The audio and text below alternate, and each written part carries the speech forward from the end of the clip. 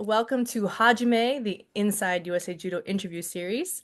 My name is Hannah Martin, multiple-time national champion and IGF World Tour and Pan American medalist. And today I'm thrilled to be here with Maurice Allan. He is the head coach and owner of Sport Judo. He represented, so I found this all on Google, so I hope I'm correct.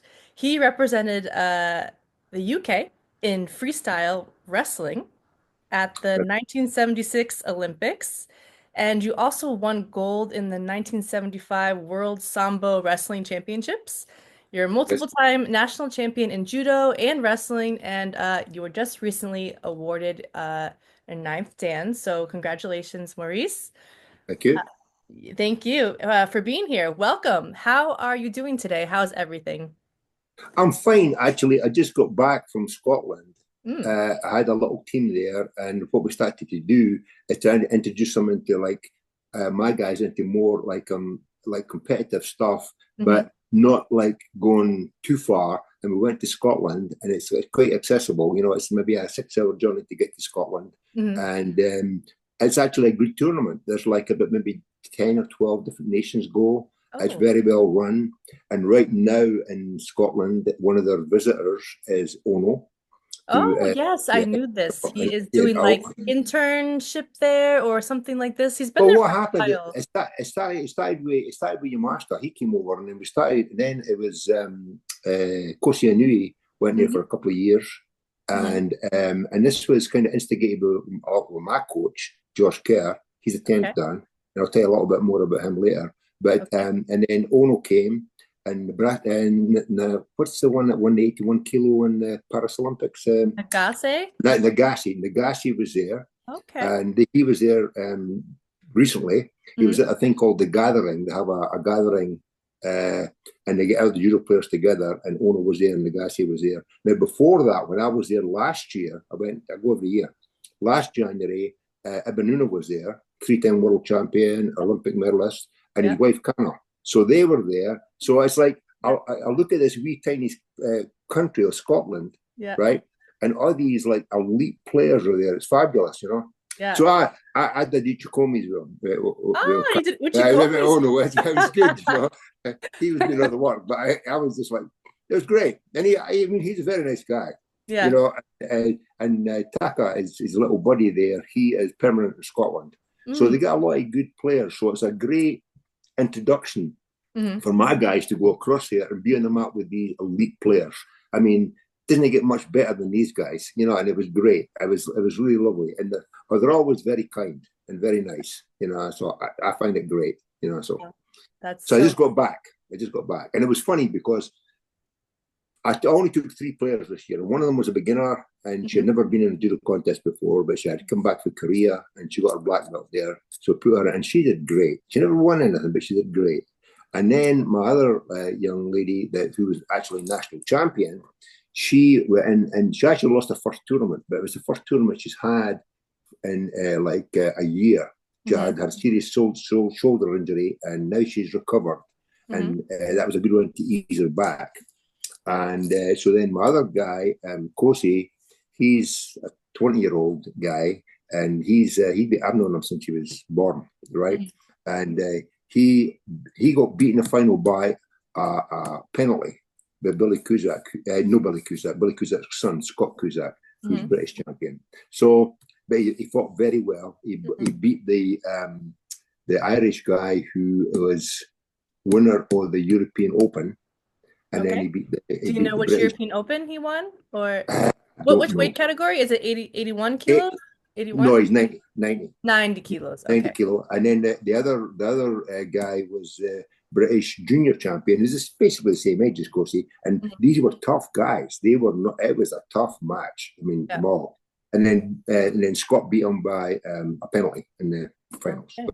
But anyway, so it's good. It's really good to bring a group overseas, get some international matches, international That's right. Exactly right. Yeah. Really, really. I'm not going to take them to Russia to fight in their tournaments. I want to ease them into it, and I think that's the way to do it. You know, because I'm really enthusiastic about what's going on. Because if we've got the Olympics here in 2028, right, it starts now. we've got to have a Yeah, plan. exactly. Yes, Yeah. and so I think that this introduction, and then one of my other young ladies, who's a very talented girl, she's away to Japan for 3 months to train. So all these outreaches for them, I think, is really, really good. Yeah.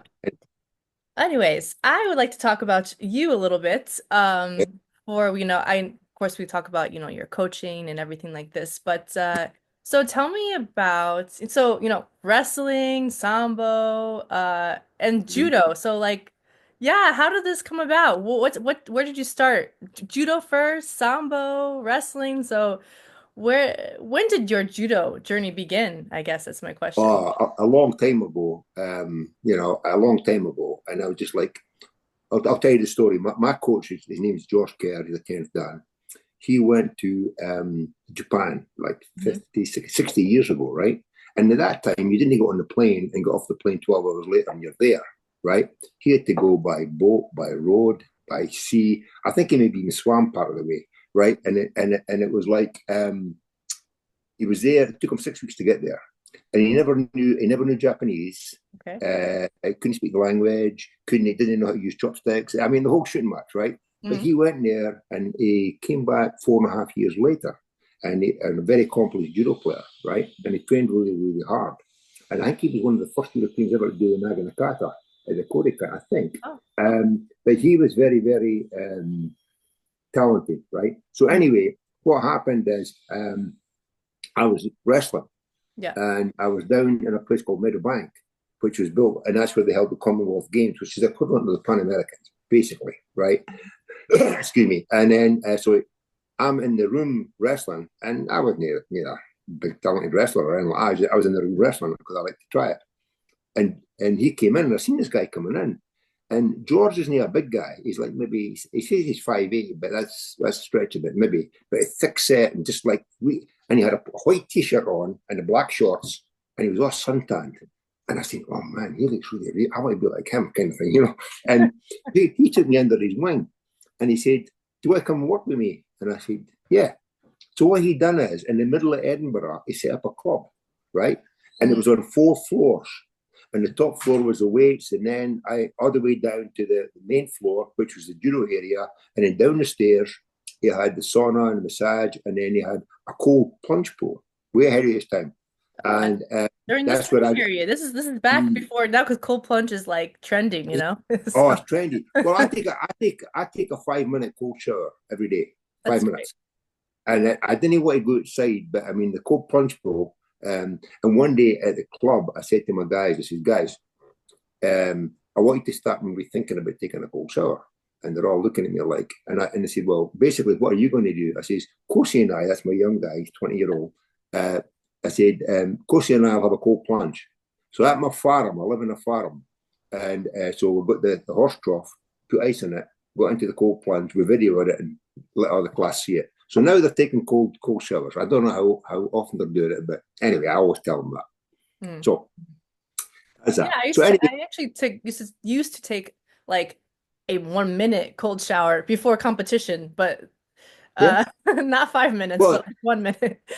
Well, you know what happens? You know what happens, Hannah? When you get into a shower and you're having a cold shower, I can tell when it's kicking in. You know how the brown fat comes to protect your organs? That's what happens. The brown fat comes to protect your organs, and then all of a sudden, you didn't feel cold.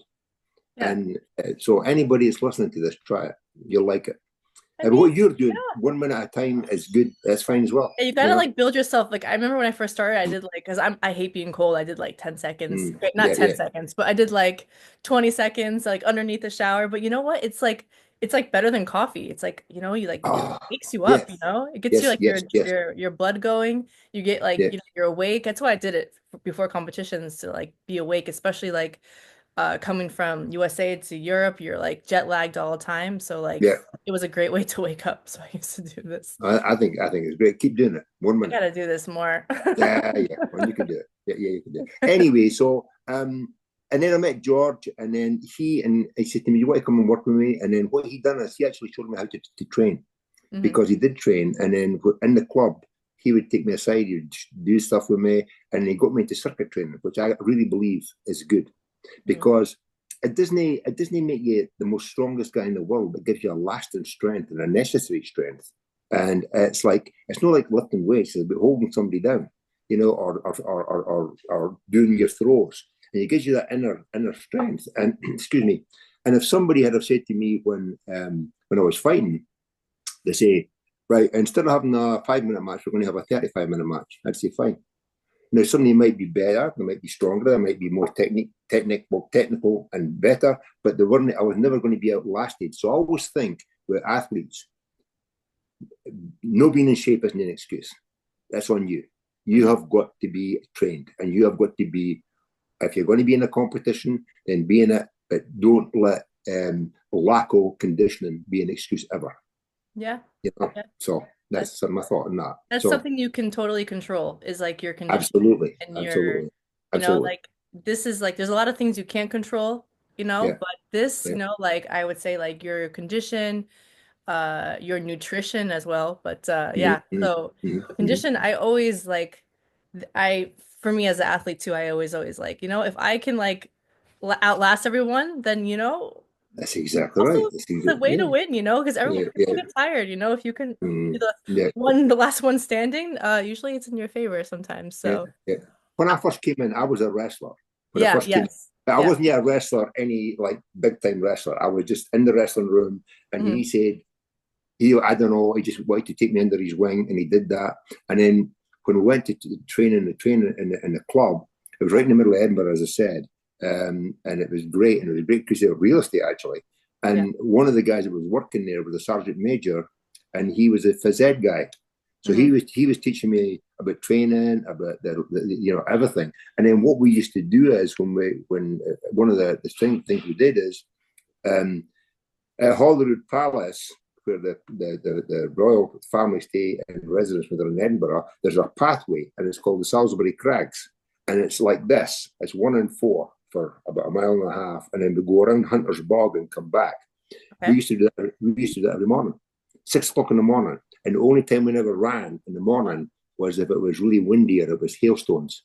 Okay. But what it does is, if you've got adversity and it's cold, and you've got to sort of suck it up and say, okay, I mean, if it was easy, anybody could do it, right? But it's not. And so you've got to get up there, and I would get it in the morning, and like, I would be lying there saying, please God, let it be raining and hailstones. But I'd go down, get in the car, go up, and then I was the lead guy. So he'd say, okay, Mo, go. And it was 4 of us, and I had to start running. And then we came back to the club, and we did ichikomis, we did drills, etc., etc., etc. And then we went into the sauna, quick shower, into the cold plunge pool. And that was my day started. And it's a routine. And it's like, when you get into a routine, I think it's very, very important for any athlete to have a routine and discipline. And I mean, they always feel like doing it? No, And I always say to the class, I says, guys, you didn't feel like coming into judo all the time. I says, you're on your way home from work, you've had a rough day, and you think, I'll go home and I'll watch the TV and have a glass of wine or something. This is the adults, right? But then you come to judo and you're never sorry that you done your drill and you done your class. You're never sorry, and then you can go home and then you can watch TV, Anyway, that was that. Yeah, I mean, I agree. Like, it's a way to like de-stress. I don't know, for me, I don't know. I just like go do some uchikomi, throw some people. But you know what I always say is for me and to the other people in the class, my gravity is going on the mat. I like being on that mat, and I feel that when I walk on it. Sounds silly, but when I walk on it, that's my gravity. That's me. I'm here, right? I like that. I really like that. That's I think it's like judo has it's special, it pulls you in, and you have to really like love it, to be to do it. And that's like really like what when I talk to so many people that are in judo for such a long time, like you really truly have to, judo is not just like a sport, it's like it is all around, part of your life. So it's like when people say to me, why do you go down there all the time? You could take it easier, can you? You're not getting any younger. And I said, no, I says, for me, I mean, the minimum I do is 4 times a week, but normally it's 5. And sometimes it's 6. Depends on what we're doing, right? Yeah. And it's a 2.5 hour round trip. And I didn't always enjoy that. but I like to be on the mat. Yeah. And I enjoy. I take a real sense of pride sometimes when I look at the class and I see the progress they make, and I see how the kids handle each other, and I see how all my senior players, they're all helping each other in that. Because basically, when somebody gets a hold of you in a mat, they're basically trying to abuse you. I mean, they're knocking you down, they're holding you down in your tight grip or something, or whatever it may be. You're transitioning into the groundwork. Yeah. But then what you do is, I'm sorry. Then you. Do you need to take the phone call? You can take it if you. No, I'm not taking it. No, I'm not getting declined. Okay. We're back. Yeah. So anyway, I'm going to turn this off. So I thought it was off. Where was that? Yeah. So, and then what you do is, when you've done all that, then you get up and you bow and you say thank you. And it's like, what other sport does that? But it's a great sport. It's fabulous. It's fabulous. I love that. Yeah. You're like fighting each other. You're like trying to not, and then after you're like, thank you. Yeah. You bow. Thank you. And take that hand and go to the next one. Yeah, it's and great. you take another one and you do the same thing. Yeah. Yeah. So obviously you're not, you have an accent, right? So yes. My question is, what brought you to the USA, and how long have you been in the USA for? I've been in the USA for about 40 years. I came across here. Jimmy Bregman and my coach were friends. Mm-hmm. So they invited a Scottish team across, and we went to a place called Camp Olympus, and it was in West Virginia, a Scottish team. Mm-hmm. And none of us knew what humidity was, because we've not got any air conditioners in Scotland. It's just the humidity or mosquitoes. So that whole night I'm sweating and I'm scratching, and I woke up in the morning with these bumps on me, and I said to myself, what is this? What kind of place is this? But it was like one of the best 2 weeks of my life. We had a great time, and Anton Giesing was there. Okay. And then through that meeting in there, we got invited. A guy called Colin McIver and I, we got invited to Utrecht to train with Giesing. And that was fun. And the first night we went on the mat, boy, it was brutal. It was 5 15-minute randoris, and it had all these top players, Jan and Peter Snijders. You had Giesing, had his younger brother. I mean, just like brutal. Mm-hmm. And but it's all part of the thing. It was great. It's great. Okay. So, and now you are based in, where are you now in the USA? I'm just outside of Washington. I'm in a place called Springfield. And if you come up the Beltway, we're like half an hour from Washington. Okay. And my club is there. It's called, Sport Judo. Sport Judo, yeah. And so that's where my next question is, you are the owner, the head coach of Sport Judo. So tell me, you've been coaching for a long time, but tell me about, some of your favorite moments as a coach. Do you have any that stand out to you? As a coach, I think every time, let me just first of all say, and this is maybe not answering your question, but like Saturday mornings is one of my favorite times, because what I do is I go in there in the morning, right, and I've got my little routine. I go in the morning, and I see all the kids arriving, and I think they're all excited on a Saturday because they're out of school for a week, right? And they come in, and our normal class is 40 kids, and sometimes they're more than that. Maybe there's 50, but we've all got plenty of coaches on the mat. I mean, there's probably on a Saturday morning with maybe 6 or 7 coaches, and including myself. And I don't always coach. I just let the other guys, and I'm watching. And so I can see what needs to be done, and I can see that week kid needs help, and I can walk around and do that stuff. I've got the freedom to do that, So that in itself, and I see them, the progress. And I don't say to the kids, you have to compete. I don't do that.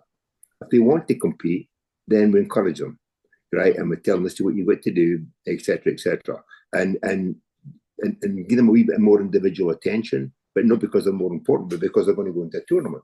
And that gradually, the people who want to compete, they're the same guys that when you get them at 7 or 8, they're still there at 9 and 10, they're doing it. And because sometimes with kids, I think they've got to watch doing too much too soon, because they get burned out.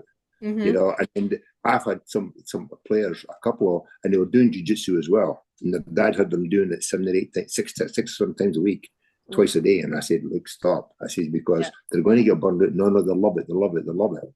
Yeah. But now they're in soccer. And they're great kids. They went and got involved in soccer and that kind of thing. And so they're still training, which is great. Mm. But I think we've always got to be careful of that when a kid is younger, not to make the competition too important, and also make it okay if they want to compete in every single tournament there is. And I think you've got to just get them. It's always got to be enjoyable for them. I think they've always got to be enjoy. They've always got to enjoy the class and look forward to it. So anyway. That's like great advice, I think, giving to parents or to even to other coaches to not like push competition too much too soon. There is a time and place for competition and it will That's come. exactly right. It does come, for the ones that, it's meant to be for. Because not every kid is gonna want to compete, That's exactly right. That's exactly right. I'll tell you. Everyone is different, and I think also you push too soon, you put like unnecessary pressure on a kid.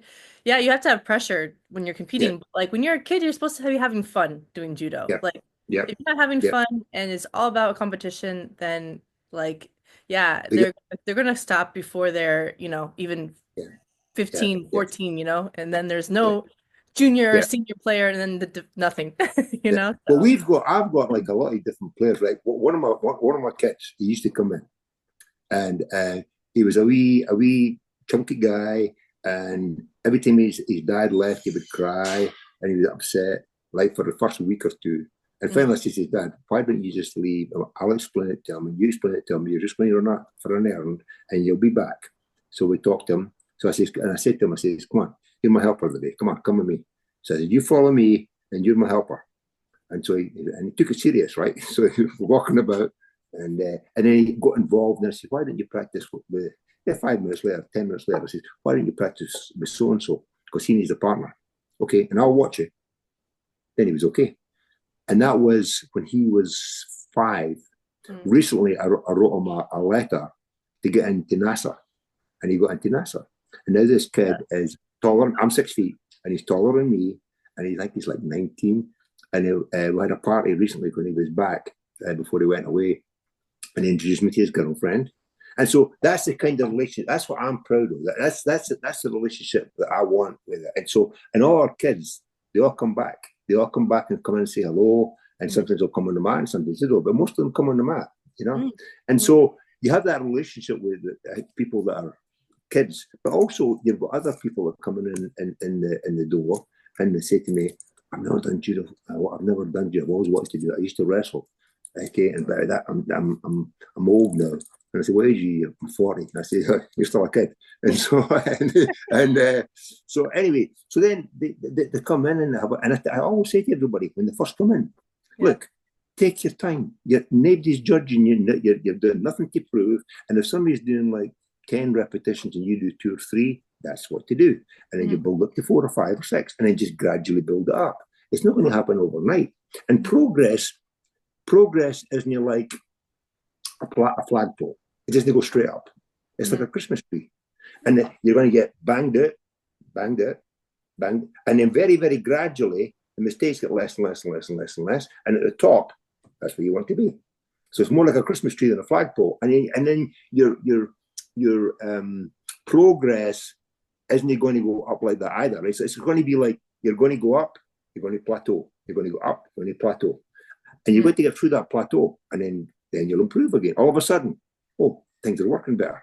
Yeah. And then, so that's my thoughts. No, I like those thoughts. This is what I'm here to talk to you about. Your thoughts and give us good advice. And you've been in the sport for a long time, so it's great to hear the way different ways like this. Everybody does the thing differently. We've got a really, really, really good a lot of great coaches in America. We really do have. And I think I'm very enthusiastic about 2028. I think it's going to be good because we've got a person in each category. And I think it's going to create a lot of enthusiasm, right? I can maybe get in here, right? Because there's only one player. There's 3 or 4 or 5 or 6 maybe great players, right? You know this. And only one spot. Yeah. Right? One spot. And so it's hard. And people say, "I'd like to be an Olympian." People don't know how hard it is to become an Olympian. It's tough. And there's very many great players and elite players that maybe just Then you Never quit. make it. Never make it. I never made it. Well, but yeah, but but let me ask you this question. If you climb a mountain, right, for the view, right, you're missing a lot. You're missing the journey. Yeah. And the journey is the journey that you went on. You wouldn't trade that, I don't think. It would have been great if you had went to the Olympics, but that doesn't in any way, shape, or form diminish the kind of player you were. Not at all. You know, and it's like, I don't think, correct me if I'm wrong, but I don't think you would trade that journey. I mean, that's heartbreaking, and you've got to, but that's part of life. You know, it's like with judo. One of my best buddies, Neil Adams, he's one of my dearest friends. He's got a thing where if you get knocked down 7 times, you get up 8 times. You know, and it teaches you to get up, and all the how to conduct yourself on the mat, how you conduct yourself, and rolls over into life, and you actually do. You become a better person, I think, through judo. Can I tell you this wee quick story? Yeah, of course. I would love to hear the story. Yeah. Right. So this story, I mean, I don't know. Well, I'll tell you, and then you can tell what you think. I was fundamental in starting judo in Edinburgh. I was part of it, right? And I used to go to the judo into schools, and I had a little moped, and it had a little Lambretta scooter, right? And I used to put 20 judo jackets on the back of my scooter and go into the schools and teach judo. Right, and I do that for 3 classes, Monday, Wednesday, Friday, I think it was, and then I go to 3 different schools. And if it was raining, I had to put a tarpaulin over the back of the judo suit. I never had a car then, couldn't afford one. And anyway, I drive into the schools. I went into the school, and when I went in, they said, "You've got the guys that are troubled in the class. They're all about 16, 17." And I said, "Okay." And there's about 25 of them, right? It was all boys. So I wasn't in the class. I was in the gymnasium, and I said, "Right, guys, let's put all the equipment away." They had table tennis tables with the nets and everything else. I said, "Put them away, please." And nobody's paying attention. So I'm saying, and I said, "Right." So then I started raising my voice, and I was pointing to go, say, "You do this, you do that, you take these chairs and put them up there." And somebody says to me, "Pick on some of your own size." And I says, "You." Right. I said, "Okay." Right. So we get all the mats out, right? Told the class, but this time there's silence, right? Line up, stand in a straight line, stand up straight, right? You go across to the other side of the mat. You're facing me, right? When I say go, you can do anything you want. Don't run away because I'll catch you. I says, you're going to do whatever you want. We're not talking about striking or kicking or punching. We're talking about you just tackle me, try and take me down, try and wrestle, whatever you want to do, right? And he said, he's looking at me like, "Who is this teacher?" So okay. I says, "Go." So as soon as he comes up, of course, I grab a hold of him, and then I threw him with sort of Gary, nice and easy, boom, knocked him down, pulled him to his feet. Then I did a foot sweep, knocked him down. Then I did Tai Toshi, and as I did the Tai Toshi, I pulled my hands up like that, and his back hit the mat, right, and he knocked the breath out of him a little bit. Nobody's going to get hurt because I've got total control of him, right? And I stood him up. And I said, "Right, now stand, and put your hands at your side." I said, "You bow just like me." And that's saying thank you, and it's a form of respect. And I said, turn to the rest of the class. I says, "Okay, anybody else want to do this?" I said, "Because I can go through the whole lot of you." And I said, and then I said to them, I said, "Guys, I'm a good guy." I said, "I'm here to help you. I'm here to give you some skills, not to make you a tough guy, but to have to save you having to prove you're a tough guy. You've got these skills, you'll be fine." And I says, "I want to teach you them." And I says, "Well, have a good time. You've got me for 4 months, so let's make the best of it. Okay, guys, I would really ask you to do that. So when I come in next again time, I want this place ready to go. Okay? Next again time, place is perfect, right?" And these kids were fabulous. And the guy that I knocked about, Johnny was his name. He was always my peripheral vision. Didn't want to show me that he was really trying hard, but it was always my peripheral vision. These guys used to roll up off the mat under the piano, and I had to grab them and pull them out and get them going again. And they were a great class. And at the end of the 4 months, and I used to say to them, "Guys, become a carpenter, become a joiner, become a shipwright, become a plumber, get a trade. Then once you've got that, nobody can ever take it away from you, and you're always able to provide for yourself and your family. So get a trade." And every class, right? So at the end, they all got lined up, shook my hand, and thank you, sir, thank you. And I said, thank you, guy, you're great, fabulous class. Okay, so go and do good. So probably 6 months later, I'm in a bad area of town, right? And in the bad area, I'm walking down the road, and I've got my co-op, because it was raining. It rains in Scotland, by the way. And I seen on the other side of the street, I seen 3 guys, and it could have been a coincidence, but they crossed the street right into my lane. So I'm coming down the road, and I'm in a bad area of town. So as I get up to where they were, right, I looked up, and I had my co-op, and I looked up and I said, hey, Johnny, what have I told you about smoking? Oh, sorry, sir, sorry. It was Johnny, the guy I had banged around, right? And he told his pals, put your cigarette out. So the 3 of them put the cigarette out. And I was talking to him, and even to this day, I get goosebumps when I think about it. And he says, sorry, you're going to be really proud of me. I says, okay, Johnny. He says, I'm an apprentice electrician. I says, you've got an apprenticeship? I said, oh, well done, son. I said, I'm so proud of you. I really am. I'm so proud of you. Well done. And he says, thank you, sir. And I shook hands with them all, and I never seen them again, right? But then I started thinking about maybe because of judo, I was able to impact his life, I think, and maybe the people around him, and maybe put him on a good footing. And I think if people are exposed to people that really kind of care about them, and come across as being like maybe quite strong individuals, right? Then they pay attention to it. And I would like to think that's why I think, or I would love to get judo into the schools, right? Now, and like, I mean, if I was a younger guy, my thought is, with the judo, what we need is more a grassroots movement to get them into the schools. I think the way to get into the schools is to go to like church groups that have schools in them, and private schools, because there's less bureaucracy there, and we can get in and just say to them, look, we think this is beneficial because of boom, boom, boom, boom, boom, right? And all the values that the judo holds, right? And then I think that if we get that grassroots movement going, right, we've not got all these coaches that we can put into school. You're not going to get a head coach going into the school, probably, maybe, but probably not, right? So how do we do that? So what we do is we say to our black belts, who's interested in this? And supposing you get some of your black belts say, yes, we are. So then you're like, maybe focus on them. This is what you need to do. The head coach can tell them what they need to do. Now, what do they need? If we go to the headmaster in the school and say, we'd like to put in a guy to do judo, well, what's his qualifications? Well, he's got a judo black belt. And also he does safe sport. And also he does heads up. And also, by the way, he has his state coaching certificate, right? Which is relatively easy to get, right? And that's how it should be right now, right? So then they say, okay, so they go in. And then they start teaching judo. And then if somebody wants to be better, they start like looking for places. Like when I was in Scotland, right? I went to Heriot Watt University and Edinburgh University, which is 2 head universities in Edinburgh. And I taught them judo. And then they started a club.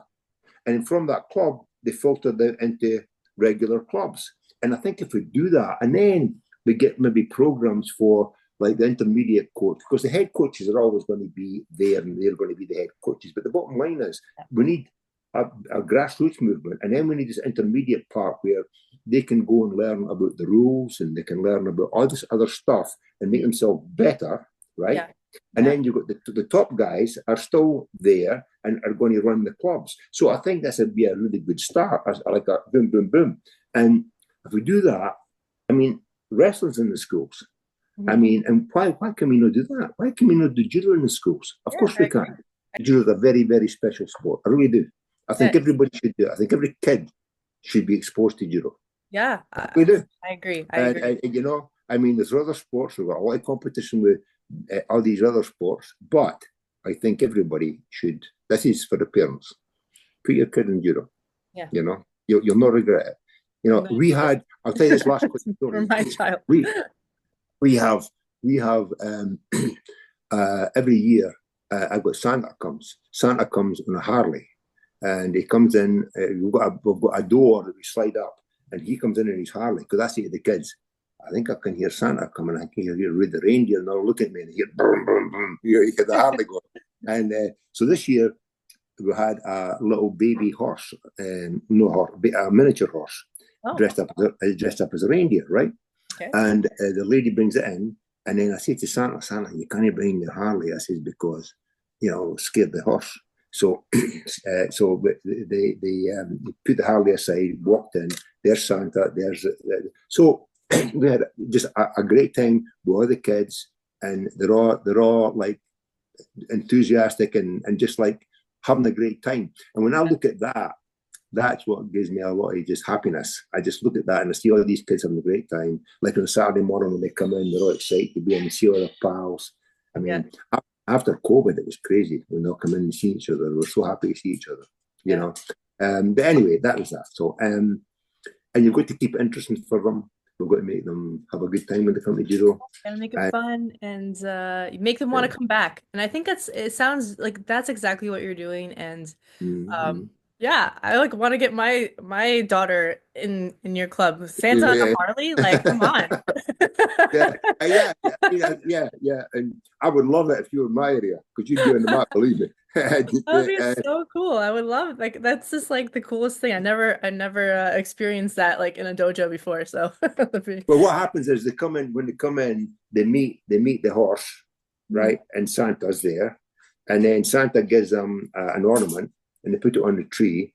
And all the other kids bring in a $5 gift and they put it under the tree so that, and I always put extra ones under because always a lot of kids says, what about my brother? What about my sister? So we always get a present for them. So everybody gets a wee present. And then we have a potluck. And people say to me, do you tell the parents what to bring? I say, no, never. I've never said to the parents, bring anything. I say, if you want to bring something to share, please do it. Yeah. We get so much food and we always have a really, really good time. It was great, you know. Okay. Anyway, that's that. But anyways, Maurice, really thank you so much for joining us today.